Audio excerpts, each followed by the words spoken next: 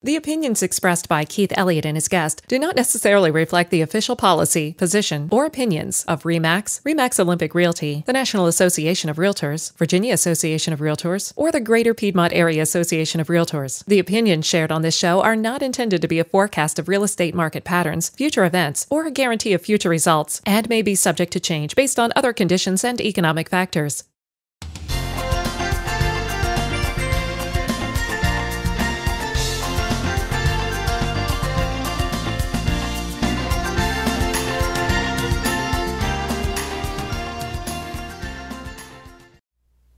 Hi, I'm Keith, and today I'd like to share with you one idea on how you could save money for your child's college education by investing in real estate. You know, tuition rates are continuing to rise each and every year, and while there are many other methods for saving for your child's college education, I hope my message today will help you visualize this alternative using real estate. You could put a nickel in a jar each day for 18 years, and I guarantee you, at the end, you'll have at least $328.50 saved up, which may not even buy a good keg of beer 18 years from now. Of course, you could invest in the stock market by investing in mutual funds, high-paying dividend-yielding stocks, or you could buy silver and gold as many others are doing. What if you bought a second home today and you held that home for 18 years? What type of investment and return would that bring? Well, that's what we're going to take a look at in today's video. Now, for the purpose of this example, I'm just going to give you a quick conceptual view, okay?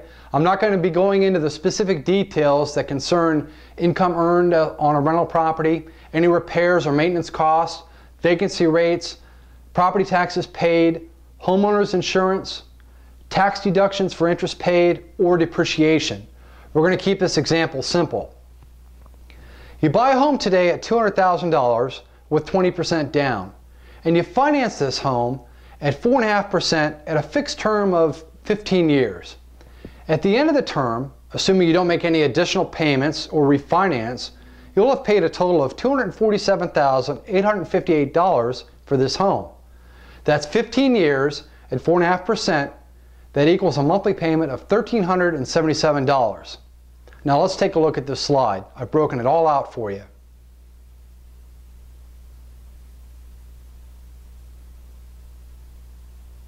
This shows the year, the total, the payments, the interest, and the balance. Now let's consider what the national average for real estate appreciation is. Well, according to the recent fourth quarter housing price index, it's actually in the negative at about -2%. Well, there's no surprises there, right? We all know about that. Values are pretty low across the country, except for in a handful of specific areas. But let's go back and take a look at what the HPI was prior to the foreclosure crisis. Home values were climbing steadily from 3% all the way up to 10%. Now, others may consider housing appreciation as being 1 or 2% above the inflation rate, or they might go with a flat 6% as a national average. You'll have to do your own research and come up with a figure that best represents your area. So with that said, this sounds like the perfect place to insert one of my favorite quotes by hockey great Wayne Gretzky. Quote, "I skate to where the puck is going to be, not where it has been." End quote. So if you believe that we've seen the lows when it comes to the housing market, look out beyond the near term at what these valuations might become over time as the economy grows and improves. Okay, now let's take a look at the home you purchased in the previous example. Let's see how it might appreciate over the next 15 years. Also, I want you to keep in mind that there are a number of factors that can affect home prices and valuations. Obviously, your purchase price will have an impact. Did you get a really good buy, or did you pay too much? You'll also have other factors like the law of supply and demand, the location of the property, physical condition of the home, and any amenities it provides, neighborhood characteristics, surrounding commercial development, local government plans for public infrastructure, etc. So let's take a look at the next slide, which will show you the principal being reduced over time by your monthly payments. Now what I've done here is I've given you 2%, 4%, and 6% appreciation over the course of your term.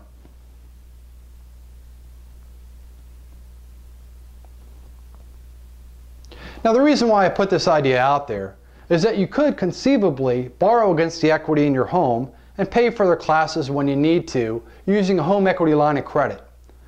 I would caution against paying their whole year in advance, only because I know that many first-year college students, they might drop out. And if they drop out altogether, you don't want to waste your money. Some might change their courses numerous times until they finally decide what their major will be.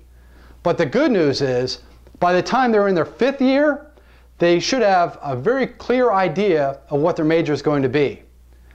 Right now, if you were to send a young person to college, expect to pay somewhere in the neighborhood of $25,000 to $30,000 each year. Now, who knows what it's going to be in the future? Maybe your child will be able to get a scholarship and you won't have to worry about paying for their education. But for many who will have to foot the bill, it's going to be quite costly. Of course, there are many other ways for paying for classes and such. Student loans, Pell Grants, employer education assistance, etc. I just want you to take this idea and lock it up in your mental toolbox. So if you later decide that this might work for you, you'll at least have one additional idea on how you can help fund their education. Well, in closing, I just want to say thank you for taking the time out of your busy day to watch this video. I hope I was able to help you understand how you could purchase a second home as an investment and be able to use the equity in that home at a later time to fund your child's college education. If you have any stories or personal experiences on this topic, I would love to hear from you.